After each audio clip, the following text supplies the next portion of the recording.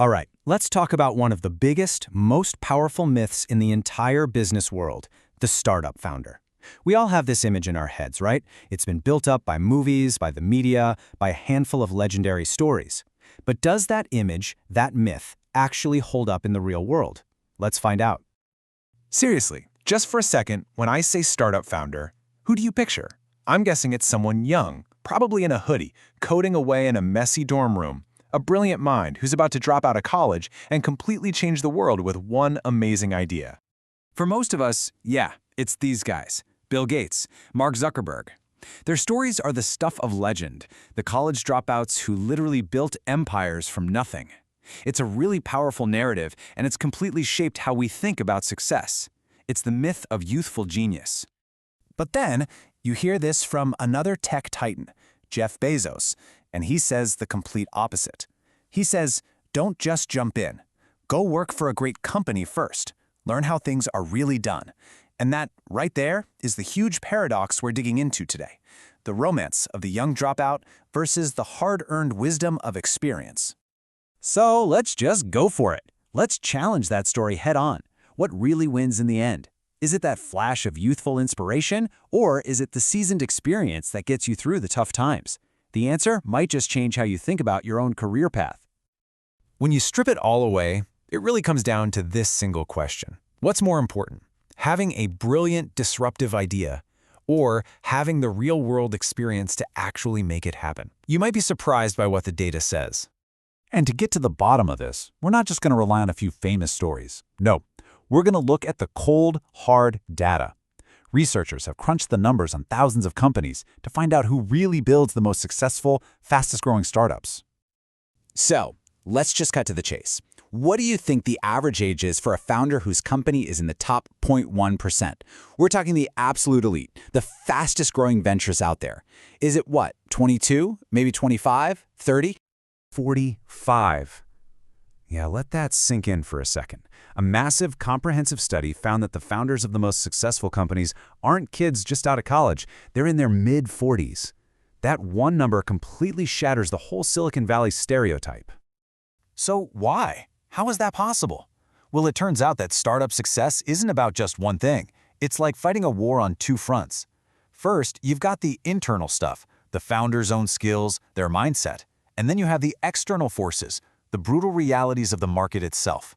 Let's start with what a founder needs to have on the inside. This is all about what you, as the founder, personally bring to the game. It's so much more than just a good idea. It's about your character, your knowledge, and your ability to lead. These are the tools you're building your company with.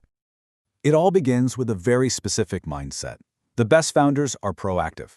They're open to new ideas. They're willing to take risks, but, and this is key, calculated risks. And maybe most important of all, they've got resilience and leadership skills. That's the grit to get back up when you get knocked down, and the ability to convince the team to follow you into the fire. And that mindset has to be grounded in reality. Look, passion is fantastic, but the data tells us what actually kills businesses. And the number one operational reason? Cash flow problems. A jaw-dropping 82% of failed businesses struggle with this. Your incredible idea means absolutely nothing if you can't manage the money.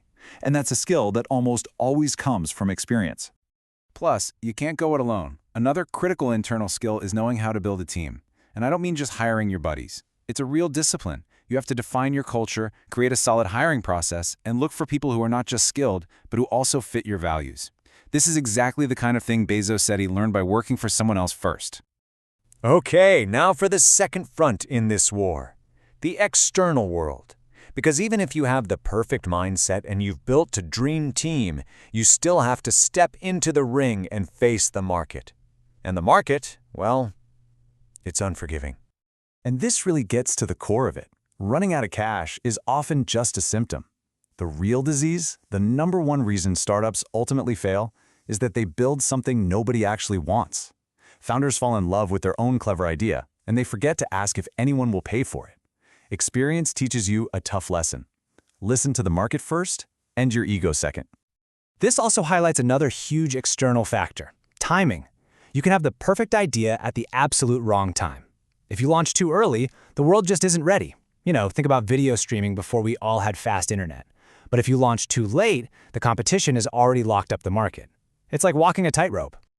Okay, so we've laid out the paradox. The data points to experience, but our culture celebrates youthful genius. So what does this actually mean for you if you're dreaming of starting something? It means you have a big strategic choice to make, and there are really two paths to winning. Path number 1, leap now. If you're young and you've got that killer idea, you can absolutely still make it. But you have to make up for your lack of experience with serious discipline, by getting smart about money and by surrounding yourself with mentors who've been there before. Then there's path number 2, what we'll call the Bezos strategy. Learn first. You treat your first few jobs as a paid apprenticeship for becoming a founder. Let's really break down the power of this learn-first approach. You're not just getting a paycheck, you're building up a financial safety net. You're getting a real-world MBA in things like marketing, hiring, and management. You're building confidence, developing emotional intelligence, and, this is huge, you're building a professional network of future partners and customers. It's like your own personal training camp. And let's just bring this all full circle. Jeff Bezos wasn't a 19-year-old kid in a garage. He was 30. He'd already worked at a startup, a bank, and a hedge fund. He said himself that decade he spent on Wall Street is what improved the odds that Amazon would actually work. He learned how to succeed on someone else's dime. So as we wrap this up, I want to leave you with this final thought. A great idea is absolutely essential. It's the spark. It's what gets everything started. But a spark burns out really fast if there's no fuel. And all the data, all the stories, and all the advice from founders like Bezos point to the same thing. Deep, relevant experience is the fuel that turns that tiny spark into a roaring, unstoppable fire. The real question is, have you packed enough fuel for the journey?